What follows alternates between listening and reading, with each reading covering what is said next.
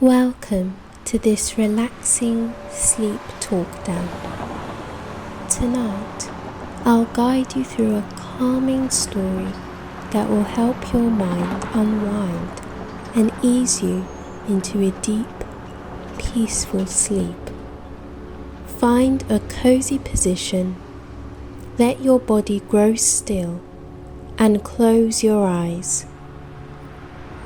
Let go of any tension in your body and allow your breathing to become soft and steady. Let's begin. Picture yourself in a peaceful, moonlit town. The streets are calm, bathed in soft, silvery light. The air carries a cool, refreshing breeze, and the faint sound of an old jazz tune drifts from an open window nearby. This place feels familiar, like a memory you can't quite place.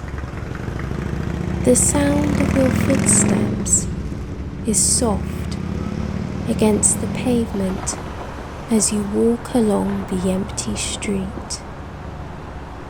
This is where we meet Daniel. It was a quiet, moonlit night when Daniel found himself standing in the middle of an unfamiliar street. The faint hum of an old radio playing soft jazz drifted from the window.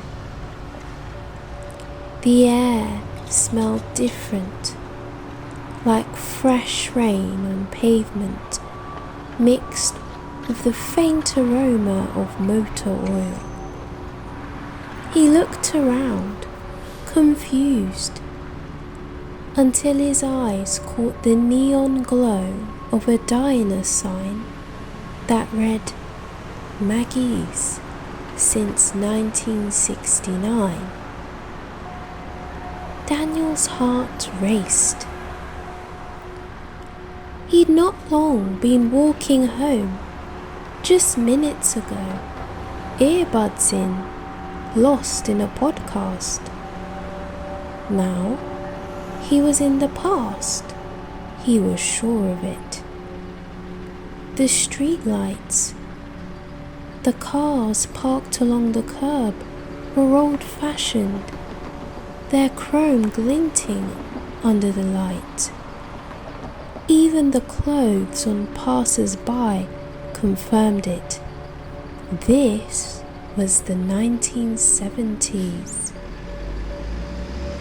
He walked slowly, taking in the strange and beautiful stillness of the world around him. It was as if time had gently folded him into a different era. After an hour of wandering, he saw something up ahead that made him pause. A bridge. It stretched gracefully over a slow-moving river, the iron railings catching the moonlight. He felt drawn to it, as if the bridge was calling to him. With each step he took toward it, the night seemed to grow quieter, the air softer. When he reached the bridge, he saw someone standing there. On second glance, he recognized the wrought iron railings and the way the moonlight shimmered on the river below. It was a bridge from an old photo his grandmother used to show him. A photo of his uncle, Edward, standing on that very spot. Daniel approached cautiously, his trainers silent on the stone path. As he neared the bridge, his breath caught his throat. There he was, Edward. He was young, maybe in his mid-20s, with his unmistakable thick curls and that leather jacket Daniel had always admired in family photos. Edward leaned against the railing, staring down at the water, his expression calm but distant. Daniel froze. This was the uncle he'd never met, the one who had died years before Daniel was born. Seeing him here, alive and so real, made time feel fragile.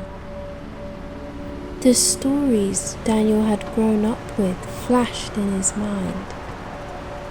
How Edward had been the family's golden boy, full of dreams, full of plans for the future. His first instinct was to call out, to run to him, but something stopped him, a quiet, nagging thought. What if this changes everything? Instead, Daniel stood still, watching. He noticed the way Edward's fingers tapped against the railing, the faint hum of a song under his breath. It was mesmerizing, like looking at a photo come to life. But then Edward turned, as if sensing something. His eyes scanned the bridge, landing briefly in Daniel's direction. Daniel stepped back, his heart pounding, his eyes fixed on the man who had always been a mystery to him. Did Edward see him? He couldn't tell. Edward sighed, then reached into his pocket and pulled out a small notebook. Daniel squinted, curious. Edward scribbled something down, closed the notebook, and tucked it back into his jacket. With one last glance at the water, he walked away, disappearing into the night. Daniel stood there, torn between relief and regret. He wanted so badly to call out, to warn Edward about the accident that would take his life in just a few years. But he knew better. He couldn't rewrite history, no matter how much it hurt. As the bridge grew silent again, his thoughts a gentle swirl of wonder and longing, the world around him begins to shift, like a slow, soft breeze brushing past him. Slowly, the stars above seemed to blow, and the sound of the river faded into silence. Then, Daniel felt a sudden tug, like the pull of an invisible thread. The next thing he knew, he was back in his own street, the glow of modern street lights above him. But something was different. He reached into his pocket and felt something there.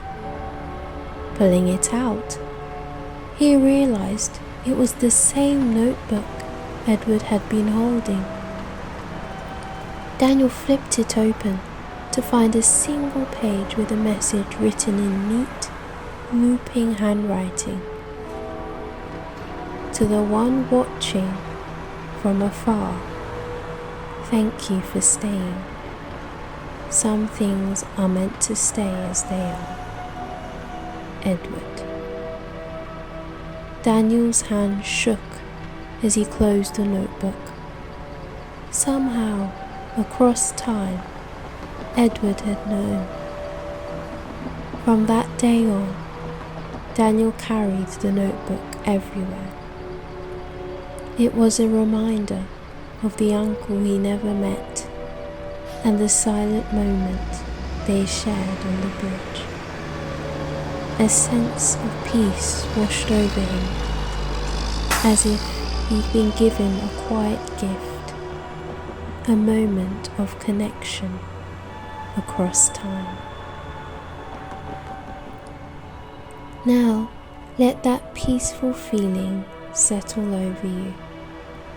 Imagine yourself walking away from the bridge, carrying the stillness and wonder of the night with you. Let your body grow heavy, sinking deeper into your bed.